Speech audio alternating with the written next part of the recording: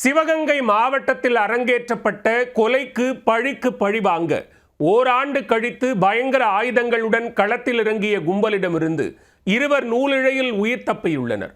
பழிவாங்க துடிக்கும் கும்பலை போலீசார் வலைவீசி தேடி வரும் நிலையில் சம்பவத்தின் போது நடந்தது என்ன?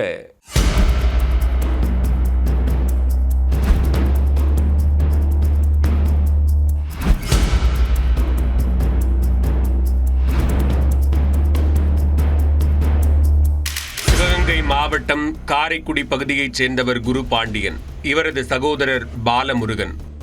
ஓராண்டுக்கு முன்பு நடந்த கொலை சம்பவத்தில் தொடர்புடைய இவர்கள் மீது வழக்கு நிலுவையில் உள்ளது. சிறையில் இருந்த இவர்களுக்கு நாள்தோறும் உளுந்தூர்பேட்டை நீதிமன்றத்தில் கையெழுத்திட வேண்டும் என்ற நிபந்தனையுடன் ஜாமீன் கிடைத்தது.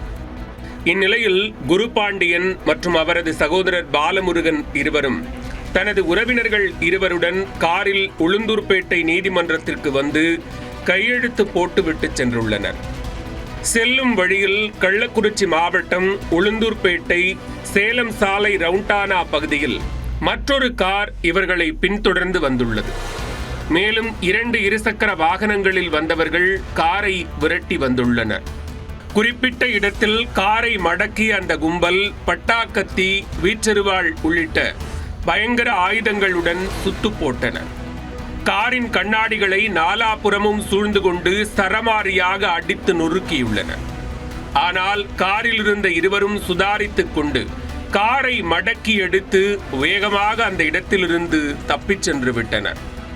தங்களது திட்டம் தோல்வியடைந்த நிலையில் கொலை செய்யும் நோக்கில் வந்தவர்கள் ஒரு பைக்கை மட்டும் அங்கேயே போட்டுவிட்டு இன்னொரு காரில் தப்பிச் சென்று விட்டனர்.